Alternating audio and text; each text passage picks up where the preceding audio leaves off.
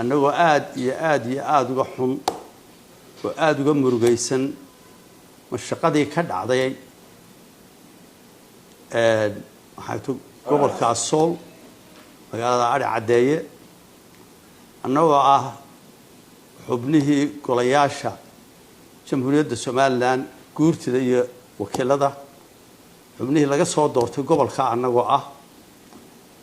waxaanu aad uga xunnahay oo halkan ka direynaa tacsi murugo leh oo aanu ku tacsideynayno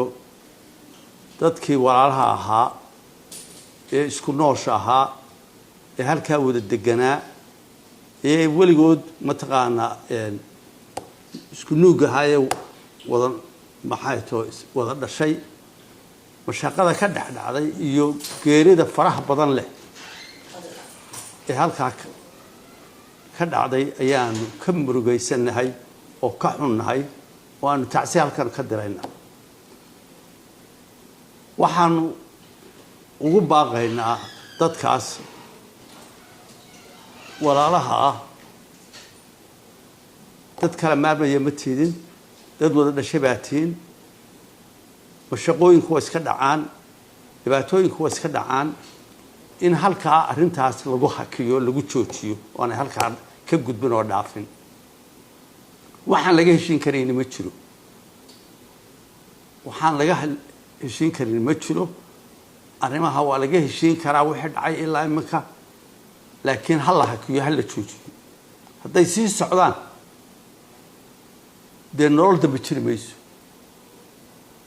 jiri mayso waxay soo haashada dambe jiri maayo waa halkaas dhibaato ay mataqaana ka sii bilaabmaysaa waxaan aad ugu soo jeedinaynaa ka codsanaynaa in la joojiyo dhibaatada halkaa lagu hakiyo sida gudoomiyuhu sheegay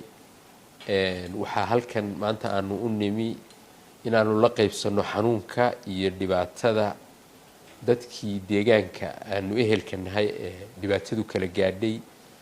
dadkii dhintay waxaan leenahay Ilaahay ha u naxariisto dadkii qoysaskii ay ku dhacday geeridaasina waxaanu la qaybsanaynaa xanuunka iyo murugada waxaanu leenahay Ilaahay wixii dhintay ha u naxariisto inta dhaawaca Ilaahay ha u boogadhayo waa wax sunne adduunyadu leedahay oo dadku way isqabanayaan maxaa loo dhintay loo oran maayo qadar baa jirta khilaafku waa imanaya waa sunnaha nolosha bini aadamka in la isqabto iyo waxa soo dhani laakiin waxa la isweydiinayaa sidee wax looga